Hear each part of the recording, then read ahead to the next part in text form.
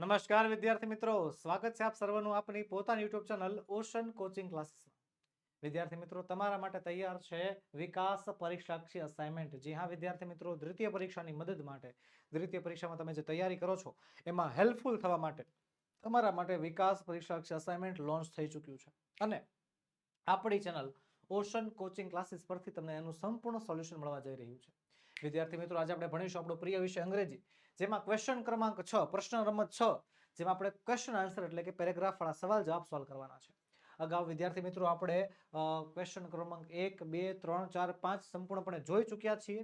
જો તમે તેના વિડીયોઝ નથી જોયા તો તેની લિંક નીચે વિડીયોના ડિસ્ક્રિપ્શન બોક્સમાં તમને આપી છે, તેને જરૂરથી જોઈ આવજો. તો ચાલો શરૂ કરીએ ક્વેશ્ચન નંબર 6. પણ એની પહેલા એક ખાસ વાત, તમે વિદ્યાર્થી મિત્રો વિકાસ પરીક્ષાક્ષી અસાઇનમેન્ટ ઘરે બેઠા મેળવી શકશો. જી હા, ઓનલાઈન ઓર્ડર કરી શકશો. ઓનલાઈન ખરીદી આની શક્ય છે.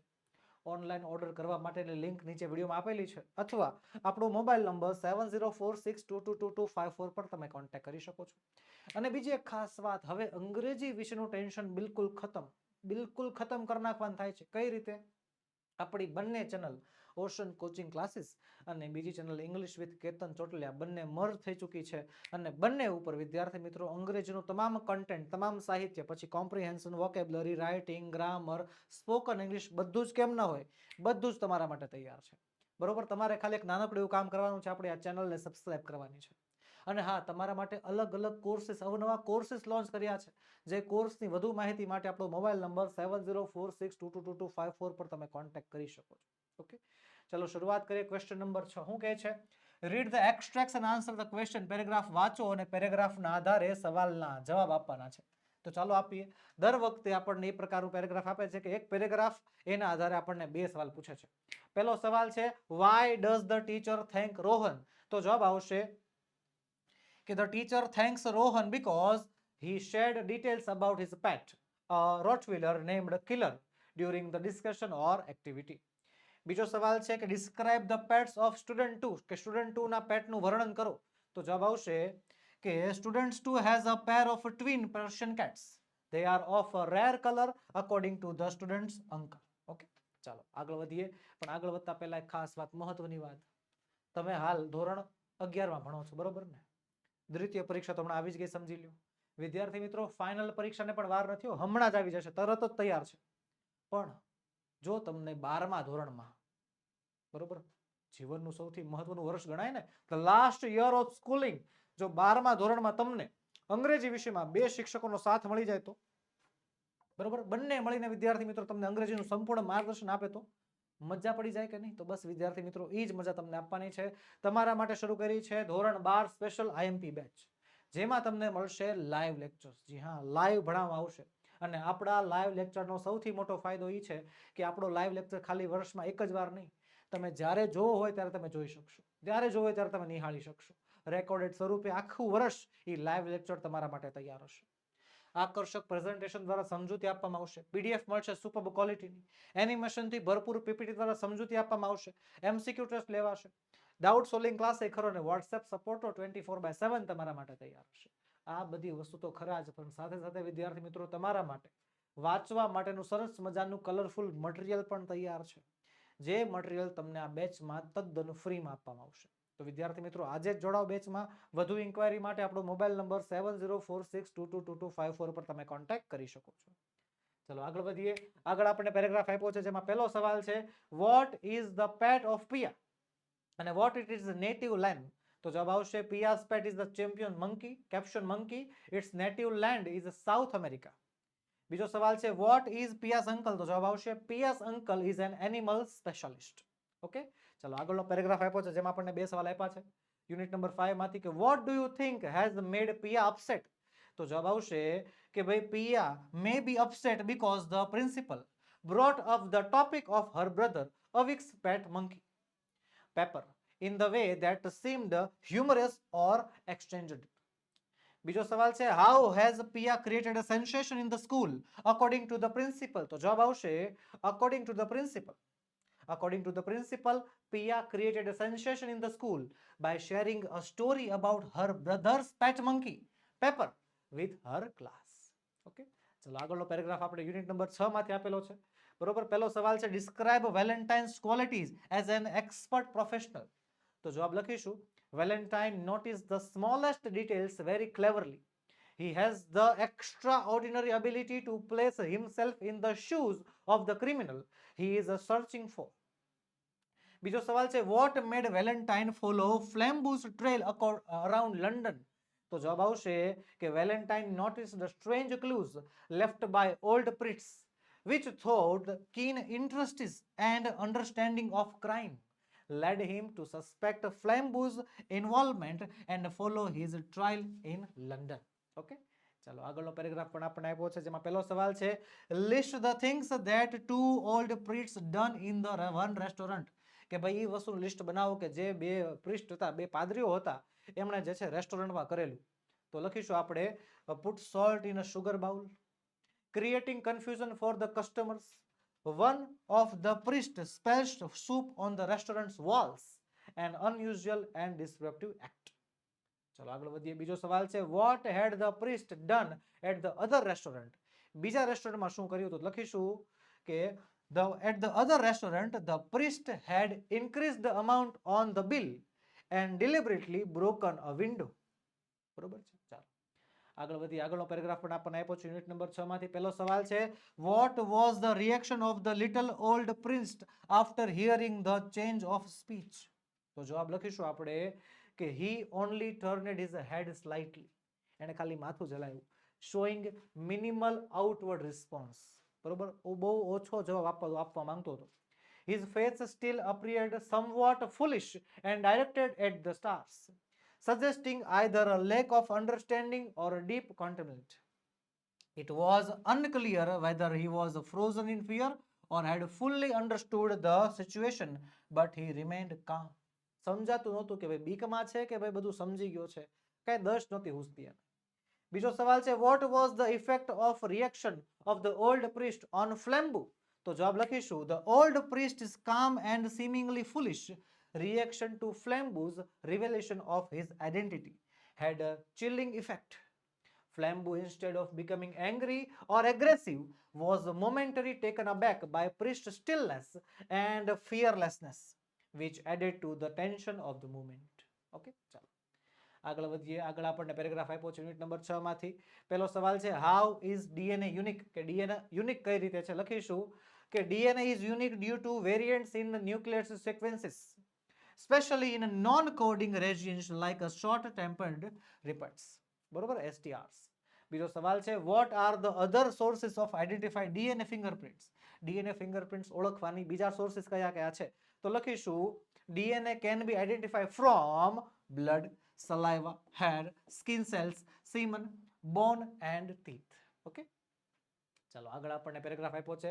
પહેલો સવાલ છે how does advanced technology help us to find DNA fingerprint?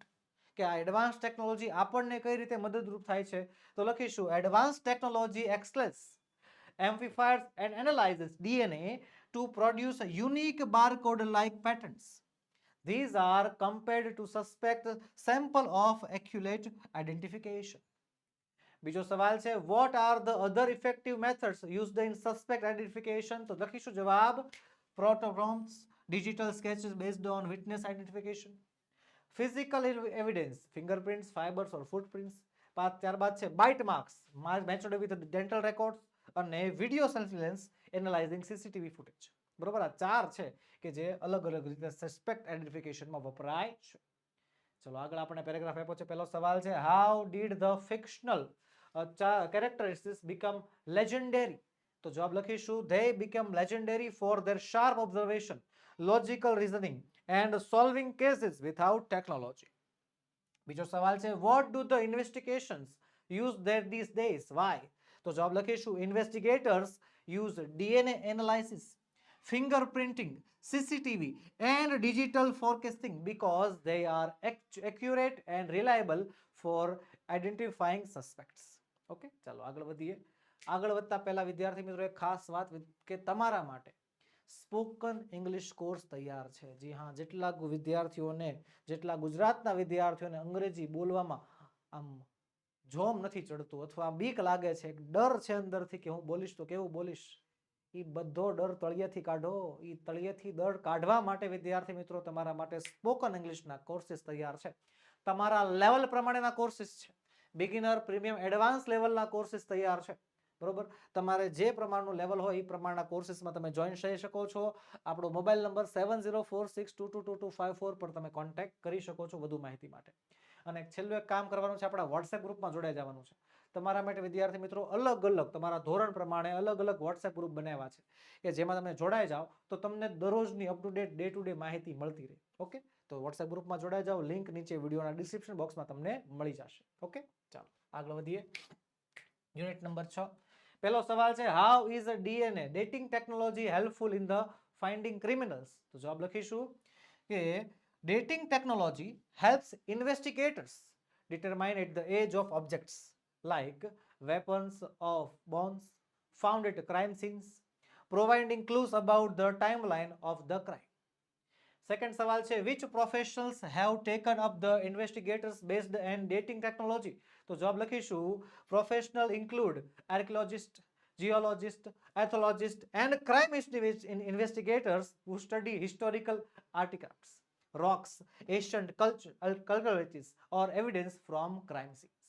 ચાલો આગળ વધીએ. આગળ આપણે પહેલો સવાલ છે, what is radiocarbon dating? તો જવાબ લખીશું કે radiocarbon dating is a method to determine the age of ancient objects using the radioactive isotope carbon-14. Okay, તો બીજો સવાલ છે, which are the stable and unstable forms of radiocarbon?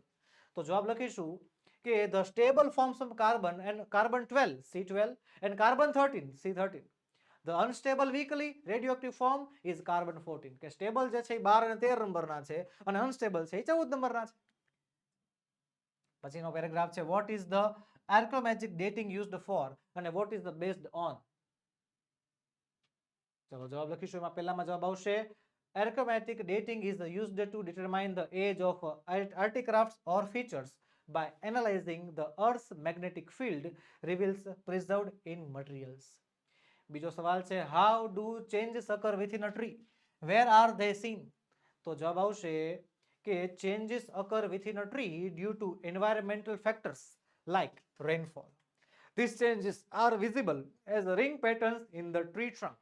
Okay, આગળ unit number 7 માંથી આપણે પેરેગ્રાફ આપેલો છે. પહેલો સવાલ છે, what happens when we inhale and exhale? કે જ્યારે શ્વાસ અંદર લઈએ અને બહાર કાઢીએ ત્યારે શું થાય છે? તો શું થાય છે? when we inhale we smell by carrying air of the olfactory area in a nasal cavity. When we exhale we sense flavor as they travel from the mouth to nose throughout air passages. બીજો સવાલ છે, what does mummy insist on serving dishes hot? કે શા માટે mummy જે છે આપણને ગરમા ગરમ ભોજન આપતી? કારણ તો ભાઈ higher temperature releases more molecules in changing the intensity of odors and flavors, making the food more aromatic and enjoyable. આગળ વધીએ. આગળ આપણને બીજો પેરેગ્રાફ આપ્યો છે જેમાં પહેલો સવાલ છે, what is the effect of a day and a night on a smell and sight? તો જવાબ આવશે કે sight depends on a sunlight and less effective at night, while smell function effectively both day and night. બરોબર છે. બીજો સવાલ છે, what does hearing depends upon? કે સાંભળવું કોના ઉપર આધાર રાખે છે? તો કોના ઉપર આધાર રાખે છે? hearing depends on the production of sound. Okay, ચાલો આગળનો પેરેગ્રાફ આપણને આપ્યો છે, પેરેગ્રાફ નંબર 3. એમાં પહેલો સવાલ છે, what mechanism about smell is yet unknown? તો જવાબ લખીશું કે the mechanism by which a particular small activities a certain repertoire is yet unknown. બીજો સવાલ છે, what words in a passage means? આ શબ્દોના મતલબ શું થાય છે? તો લખીશું મતલબ આપણે assumption નો મતલબ થાય છે conjecture અને thin layer નો મતલબ થાય છે mammals. ચાલો આગળ વધીએ. ચોથો પેરેગ્રાફ આપણને આપ્યો છે કે what should be done if the bleeding continues? કે બ્લીડિંગ ચાલુ રહે તો શું કરવાનું? તો જવાબ લખીશું આપણે કે if the bleeding continues press a thick pad of gauze covered cotton on the wound until it stops bleeding. કે જ્યાં સુધી લોહી બંધ ન થાય ને ત્યાં સુધી એને કવર રાખવાનું. બીજો સવાલ છે, what is the meaning of words? આ શબ્દનો મતલબ શું થાય? એકલો મતલબ થાય છે slightly warm એટલે કે થોડુંક જ ગરમ, not too hot or cold, અને gauze નો મતલબ થાય છે thin woven fabric કે જે usually used for dressing wound એટલે કે જે ડ્રેસિંગ કરવા માટે પાટો બાંધવા માટે વપરાય છે ને એને કહેવાય છે. ચાલો આગળ વધીએ. આગળ આપણને સવાલ છે વોટ ઇઝ સ્પ્રેઇન? સ્પ્રેઇન શું છે?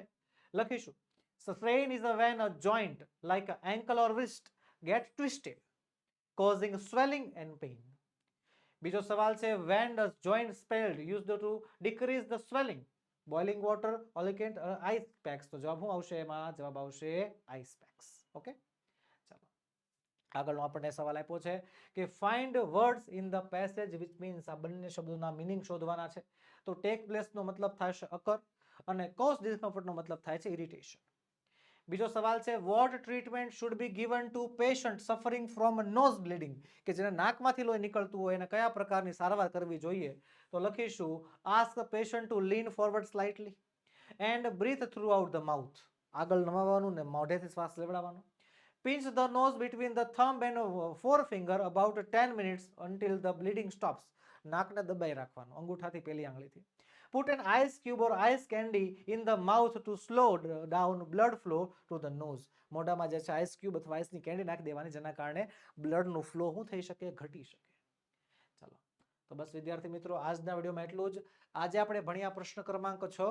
મળીશું આવતા વિડીયોમાં જેમાં આપણે પ્રશ્ન ક્રમાંક 7 નું સંપૂર્ણ સોલ્યુશન લઈને હાજર થશું. વિદ્યાર્થી મિત્રો વિડીયો ગમ્યો હોય તો લાઈક કરો, તમારા મિત્રોમાં શેર કરો અને ચેનલમાં નવા હો તો સબસ્ક્રાઇબ કરો. જય હિન્દ, જય ભારત.